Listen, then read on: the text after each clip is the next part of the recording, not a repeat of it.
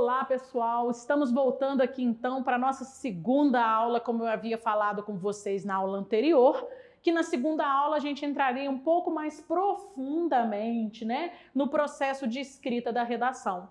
Eu havia falado com vocês que a gente ia falar um pouco sobre os tipos argumentativos, sobre o que é repertório cultural e como fazer uma conclusão nota 1000, que é o objetivo aqui das nossas aulas. Então vamos lá. Lembrando que na aula passada nós falamos um pouco sobre as estratégias que vocês têm que ter na hora que vocês forem produzir um texto de redação nota 1000. Falamos de várias estratégias, inclusive você que não assistiu à aula anterior e perceber que ficou perdido nessa segunda aula, volta lá no nosso canal, vai lá no vídeo da aula anterior e dá uma olhada nas dicas dadas sobre a questão do que é a base da redação nota 1000.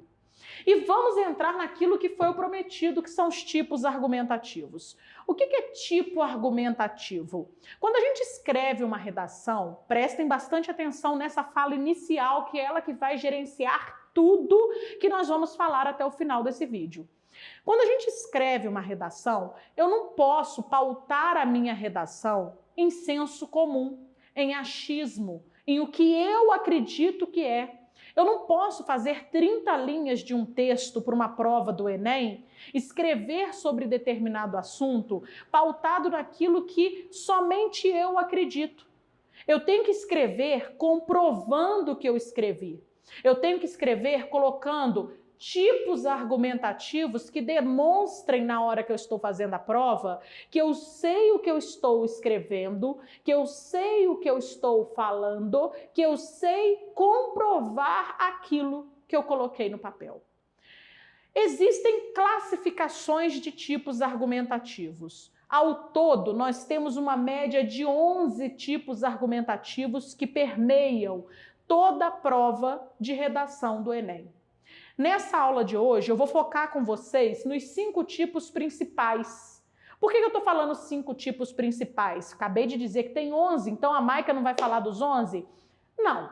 Como a gente está nessa reta final para o Enem, eu já vou focar com vocês nos tipos que são os tipos mais utilizados e mais recorrentes nas redações nota 1000.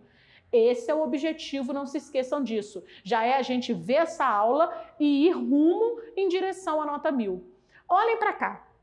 Um dos tipos mais utilizados na redação do Enem é a alusão histórica. O que é alusão histórica dentro de um texto, dentro de uma produção dissertativa argumentativa? A alusão histórica é quando eu pego o tema da redação e relaciono esse tema com algum fato histórico que comprova, que contextualiza para a banca que aquele assunto ele já é pauta de discussão há muito tempo. Ele já existe há muito tempo. Eu vou usar, por exemplo, até o tema da aula 1, que foi o tema que eu falei como exemplo, aqui eu vou aprofundar ele para vocês, que é o tema o papel dos influenciadores digitais. Quem viu a aula 1 vai recordar que eu falei para vocês o seguinte, que a terceira revolução industrial pode ser uma forma de contextualizar esse tema. Por quê? Porque eu posso falar que desde a terceira revolução industrial em meados do século XX, as relações do homem com o meio e com a forma como ele se comporta nesse meio foram modificadas. Inclusive a forma de trabalho, os meios de produção. E eu posso falar que a partir dessa modificação do homem com o meio externo, por meio da terceira revolução industrial e posterior criação da internet, surgiram os influenciadores digitais, que é um novo nicho mercadológico presente aí na sociedade. Pronto.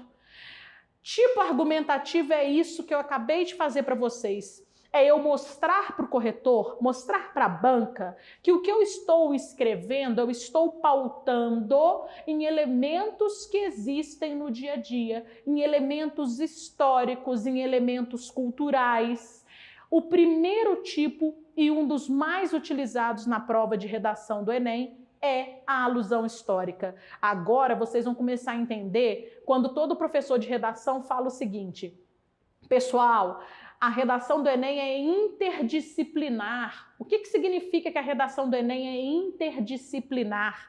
Significa que quando você tem um bom conhecimento de história, um bom conhecimento de filosofia, um bom conhecimento de sociologia, você já está um passo à frente de muita gente na hora que você vai escrever a prova.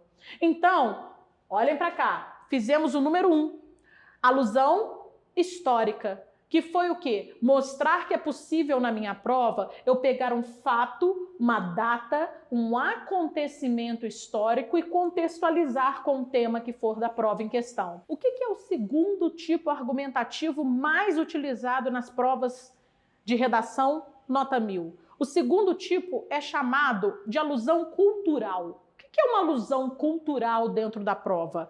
Esse, inclusive, é um dos meus tipos preferidos que eu falo, porque eu sou daquelas, como eu disse na aula 1 aí, quem acompanhou, né? Falou que é uma novidade, eu tô lá. Falou que tem TikTok, eu tô junto. Falou, eu gosto. A alusão cultural é quando você relaciona o tema da redação a um filme, uma série, uma música ou vários outros elementos que podem ser considerados alusão cultural. Os mais utilizados hoje na prova de redação do Enem justamente são os filmes e as séries. A gente observa muito nas provas os alunos fazendo relações super legais, muito legais, pegando temas totalmente, né, vamos dizer assim, aleatórios dentro do processo e relacionando a um filme ou uma série. Essa semana mesmo eu estava corrigindo uma redação que o tema era sobre consumismo e um aluno utilizou um filme antigo, que eu falo antigo, tá, gente? Não desse ano, né? A gente tem esse hábito de falar antigo, mas talvez alguns de vocês conheçam, que é Delírios de Consumo, de Beck Bloom. Esse filme mostra a história de uma garota que ela acaba se endividando ao extremo porque ela é extremamente consumista e mostra o quanto que esse consumo impacta na vida dela. Olha que interessante, peguei um tema de redação sobre consumismo e joguei um tipo argumentativo forte, que é uma alusão cultural, que é um filme em cima dessa questão.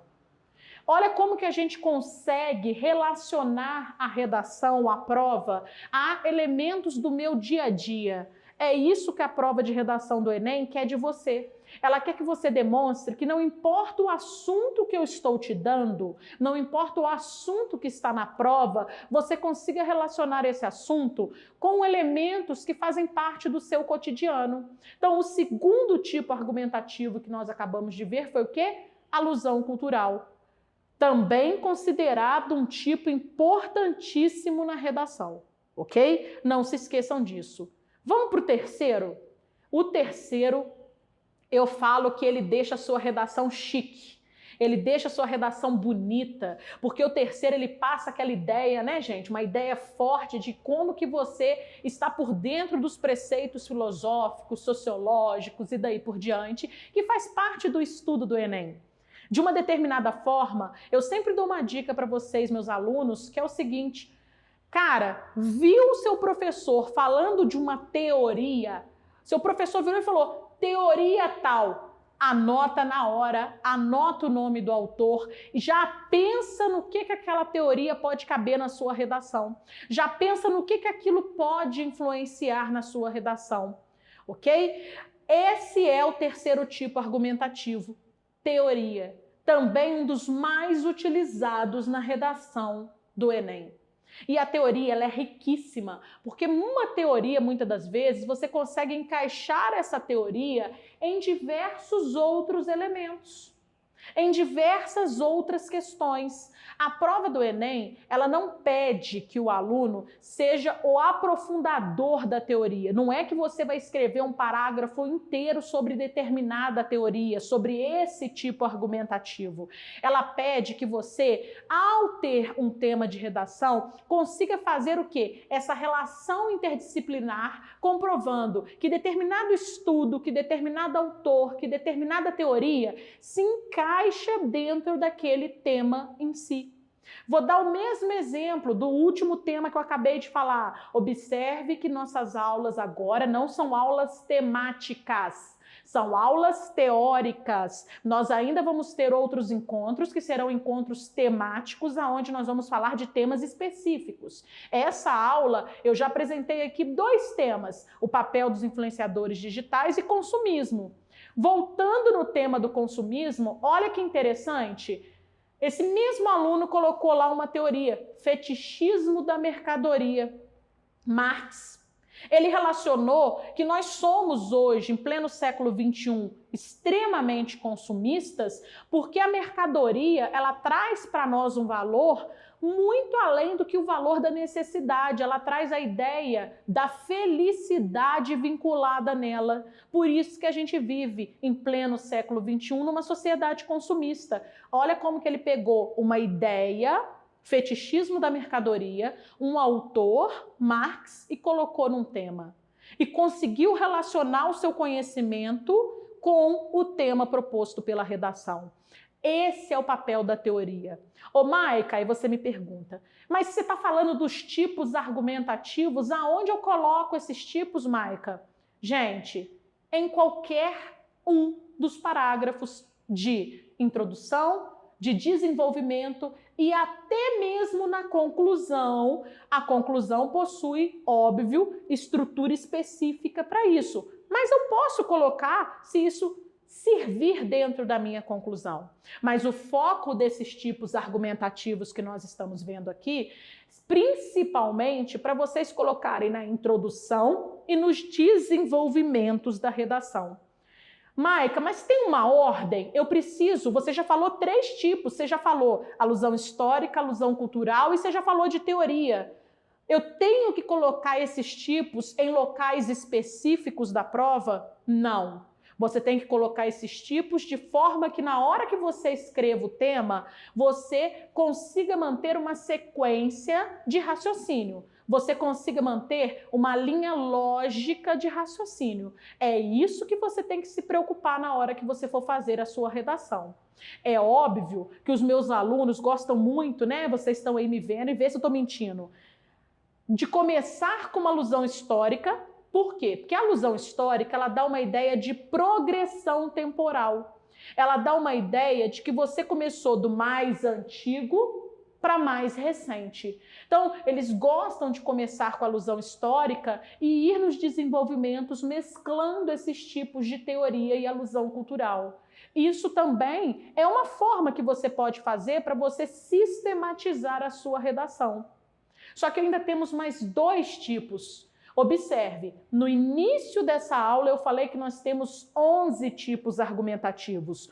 Hoje vou passar para vocês os 5 principais e mais utilizados. E aí ficaram faltando agora 2 tipos argumentativos, que é citação e autoridade. Esses 2 tipos também são extremamente importantes para vocês que querem o quê? Tirar uma nota 1000 na redação. O que é uma citação como tipo argumentativo? A citação é quando eu pego uma frase, uma ideia de um autor, algo que essa pessoa falou, e eu faço o quê? Eu reproduzo isso na minha prova. Tem uma frase muito famosa do Steve Jobs que é: a tecnologia move o mundo. Essa frase ela aparece direto em redações do eixo tecnologia. Quando a gente faz uma citação numa redação, ao invés de colocar uma frase decorada, o interessante é você reescrever com as suas palavras aquela questão. É você parafrasear aquela frase. É você escrever o que você entende dela, da aplicabilidade dela dentro daquelas questões. Então, olhem para cá. Citação é quando eu coloco uma frase de uma pessoa, um pensamento de uma pessoa na minha redação que se encaixe na estrutura daquele tema. E ficou faltando o último, a autoridade. O que é uma autoridade dentro da redação? A autoridade significa eu colocar um estudioso, um especialista, alguém que dedicou parte da sua vida e dos seus estudos para aquela temática em si. É quando eu coloco o pensamento dessa pessoa, mas eu não estou colocando apenas uma citação. Eu estou colocando alguém que é especialista daquele assunto. Aí vem a pergunta que eu escuto de todos os meus alunos. Mas, Maica, o que é melhor? A citação ou a autoridade? Gente, tanto faz. Eu acabei de falar para vocês que esses 5 tipos argumentativos são os tipos que valem uma nota 1000. É óbvio que não se esqueçam do que a gente falou na aula 1. Isso daqui está vinculado a isso daqui. Eu só tiro nota 1000 se eu souber o que foi falado na aula 1, que é a questão de estrutura. Mas isso daqui é o carro-chefe, é a bagagem da sua redação, esses 5 tipos principais para que você tire uma nota 1000. Vamos para o segundo tópico? O que é repertório cultural? Isso é interligado a isso. A partir do momento que você sabe na sua prova citar o Steve Jobs, ou Karl Marx, ou Bauman, que você sabe falar da série Black Mirror, do filme, né, que eu falei agora há pouco, Delírios de Consumo, de Beck Bloom, se você sabe falar sobre alguma coisa que faz parte desses tipos argumentativos, você, de uma determinada forma, está fazendo repertório cultural. E aí entra o que a gente tem que colocar na nossa cabeça. Lembra que eu falei dos eixos temáticos? Os eixos temáticos serão pauta ainda das nossas próximas aulas. Quando eu tenho os eixos temáticos, eu consigo montar um repertório cultural próprio para aquele eixo. O que é um repertório cultural próprio para aquele eixo? Eu pego o eixo educação, o que eu sei da educação? Quais são os referenciais que eu sei de educação? Quais são as teorias que eu sei de educação? Nossa, Maica, quando eu pego uma redação de educação, meu repertório cultural vai sempre em Paulo Freire. Se você já sabe esses elementos, coloque esses elementos no papel. Isso é o repertório cultural. Perceberam? Tudo é interligado. A partir do momento que eu consigo relacionar elementos na minha prova do meu conhecimento de mundo, que eu pego o eixo da redação, já vou delimitando o meu conhecimento ali, isso faz parte do repertório cultural. É óbvio que se existe um tema que você tem um repertório cultural perfeito, específico para aquele tema, isso também é muito engrandecedor na prova da redação. Se você pega um tema, consumismo, voltando ao que a gente falou, e se recorda que o consumismo, ele foi o quê? Ele foi, muitas das vezes, influenciado por determinadas condutas sociais. Se você lembra que isso tem a ver com a mídia, a indústria cultural, se você lembra que isso tem a ver com a American Way of Life, no início do século XX, se você se recorda desses processos dentro da estrutura de composição de uma redação de consumismo, isso é repertório cultural. É você pegar um tema e relacionar a esse tema o que você sabe sobre ele. Lembrando que isso tem que estar sempre dentro dos tipos argumentativos. Eu não posso relacionar coisas que eu não vou conseguir na minha prova sustentar na minha relação. Ok? Entenderam? Tranquilo até aqui? Vamos para o nosso último ponto, conclusão. A conclusão, por que eu coloquei ela num tópico separado se ela faz parte da redação? Lembra que eu falei na aula passada? A conclusão, ela vale 200 pontos da sua redação. Quando você tem uma redação e você faz uma conclusão perfeita, você já ganhou 200 pontos. Ô Maica, mas é aí que o bicho pega. O que é uma conclusão perfeita? Conclusão perfeita, primeira anotação que vocês vão colocar aí. A conclusão perfeita é aquela que eu vou fazer uma proposta de intervenção que ela é condizente com a realidade do seu país. Eu não posso fazer uma proposta de intervenção que ela não vai servir para a realidade do meu país, que ela é surreal dentro da realidade do meu país. Isso faz com que você tenha que ter o quê? Repertório cultural, conhecimento. Estão vendo? Tudo interligado.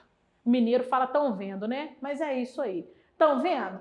Tudo muito interligado. Eu não consigo, na minha redação, desvencilhar as partes dela. Eu tenho que ter o repertório para fazer uma proposta condizente com a realidade. Eu tenho que, na minha proposta, responder principalmente a 5 elementos. Quem vai fazer aquilo? Esse quem é o agente da ação. Quem que vai resolver aquele problema? Quem que pode, de uma determinada forma, atuar frente àquele problema? Eu tenho que dizer o que vai ser feito. O que essa pessoa vai fazer? Ah, ela vai fazer isso, isso e isso. Como que ela vai fazer isso? É o meio da ação. Eu tenho que fazer um detalhamento ou do agente, ou do o quê, ou do como da ação, do meio da ação. O detalhamento significa que eu vou mostrar para a banca que aquilo que eu estou sugerindo não é só uma proposta. Aquilo que eu estou sugerindo, eu sei onde aquilo pode funcionar. Eu sei como aquilo pode ser aplicado. Eu sei de forma clara quem pode fazer aquilo. Esse é o quarto elemento. O último é a finalidade da sua redação. O que é a finalidade? Eu vou dizer para que aquela minha ação deve ser colocada em prática. Então, observe, volta aqui, 5 elementos. Quem vai fazer, o que vai fazer, como vai fazer, detalhamento, que pode ser de qualquer um dos elementos anteriores. Minha dica é sempre detalhar o como. Dica, não estou dizendo obrigação, hein? A minha dica é sempre usar o detalhamento para colocar no como. E por último, para que fazer aquilo. Esse é o escopo de uma conclusão nota 1000. Então, meus queridos, peguem todas essas dicas que nós fizemos, peguem todas essas questões estruturais que nós vimos, juntamente com as questões, tipos argumentativos, de repertório cultural, de conclusão. Peguem todos esses elementos e coloquem eles agora em prática para que vocês consigam tirar uma nota 1000. As nossas próximas aulas, nós vamos falar um pouco sobre os eixos temáticos e os principais temas cogitados dentro desses eixos para vir na prova no dia 17 de janeiro. Queridos, um grande beijo no coração de vocês e até a próxima.